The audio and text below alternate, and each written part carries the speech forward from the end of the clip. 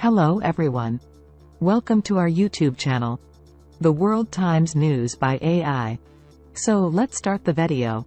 After a weekend of mayhem, I'm beginning to understand why Russia's national symbol is the double-headed eagle. Two heads staring in opposite directions. First, Yevgeny Prigozhin declares he's ready to go all the way in his mutiny against the Russian military. Then he makes a sudden U-turn and orders his Wagner fighters back to base. In a TV address, President Vladimir Putin declares the rebellion a criminal adventure, a grievous crime, treason, blackmail and terrorism. Yet just a few hours later, as part of an agreement with Prigozhin, it's revealed that all criminal charges against the Wagner leader are being dropped. So much for grievous crime. The Kremlin leader's mixed messages have been raising eyebrows here and changing perceptions of President Putin. He definitely looks weaker, says Konstantin Remchikov, owner and editor-in-chief of Nezavizhimaya Gazeta.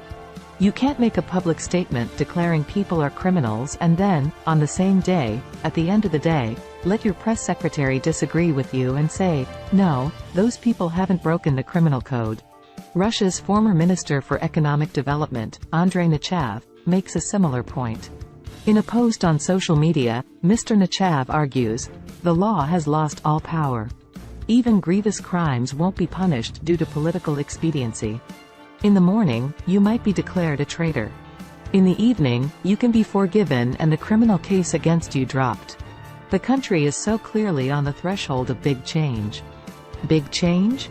Bold prediction. But if change is coming, might the Wagner rebellion be the trigger? A deal may have been done and the mutiny called off. But the fact the uprising happened on Mr. Putin's watch is embarrassing for the president, who is also commander-in-chief of the Russian armed forces. And keep in mind, Mr. Putin's current presidential term runs out next year. All elite groups will now begin to think about the 2024 presidential election, predicts Mr. Remchikov. They will ask themselves whether they should rely on Vladimir Putin, as they have been doing until this military coup. Or should they think about someone new, who is capable of dealing with problems in a more contemporary manner? Someone new, for the presidency is not something you normally hear the Russian elite discussing openly. That doesn't mean a change of guard in the Kremlin is imminent. If there's one thing Vladimir Putin has perfected after 23 years in power, it is the art of political survival. But his decision last year to launch the full-scale invasion of Ukraine has triggered widespread instability within his own country. Everything from economic problems to drone attacks on Russian regions, from shelling of Russian border areas near Ukraine to cross-border incursions into Russia by saboteur groups, and now an armed uprising by Wagner. All of this ratchets up the pressure on the Kremlin leader. Don't expect President Putin to concede that he got things wrong, though. Admitting mistakes and miscalculations is not his style. So what will be the Russian president's next move?